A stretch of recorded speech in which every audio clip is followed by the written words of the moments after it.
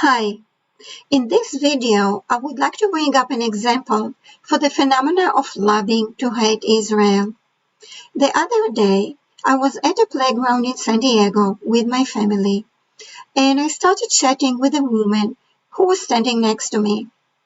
As usually happens, she asked me where I'm originally from, based on my foreign accent, and I responded that I'm originally from Israel. Also, as usually happens, she right away shared her feelings about Israel with me. I don't always reveal my national origins, but now that I'm examining antisemitism closely, it seems to be beneficial to reveal it as a way to access first-hand information from the people who practice it. So, she claimed the usual mythical human rights violations in Israel, and to justify her claim, she described an event that took place in Israel 10 years ago.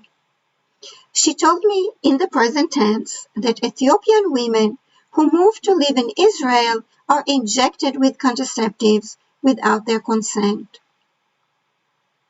I wasn't familiar with the story and I asked her for clarifications, but she wasn't able to provide coherent responses.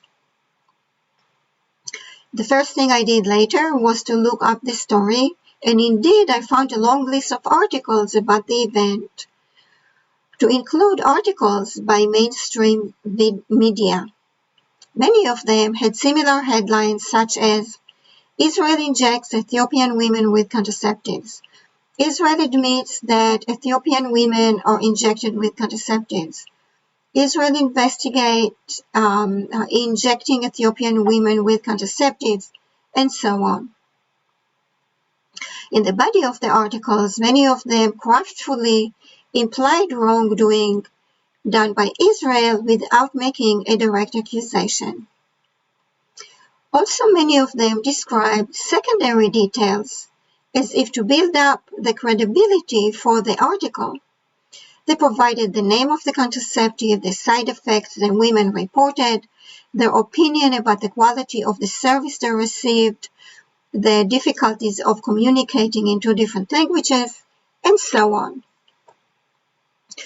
Much of it was consistent among the articles, except for one crucial lie. The lie was that the women that were interviewed did not consent for the treatment. That was a lie. According to some articles, the women said they were told they were getting a flu shot. According to other articles, they were not given the option to refuse. And according to further articles, the problem was with the translation. Out of the many articles that came up in the first few screens, only 2 seems to be telling the truth, and even then the pieces needed to be put together. It became apparent that this group of Ethiopian women, some of which already had at least 5 children, attempted to adopt the progressive culture they discovered in Israel. They found an exit from being mere objects for bearing children.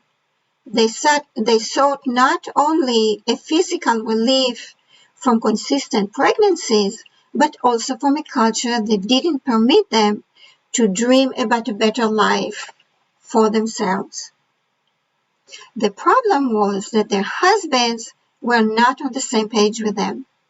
They wanted to continue the tradition by which respect is gained by demonstration of fertility. The husbands were also not about to approve of assertive women as their wives. The women interviewed were afraid to tell their husbands what they did and kept it a secret, but eventually became noticeable that the production of babies in a whole group of women suddenly stopped. This is when the different lies came to be, and the anti-Semitic propaganda machine went to work, successfully bashing Israel with human rights violations. 10 years later, the woman I met at the playground still tells the event incoherently in the present tense in order to justify the phenomena of loving to hate Israel. If you didn't know, now you know. Bye.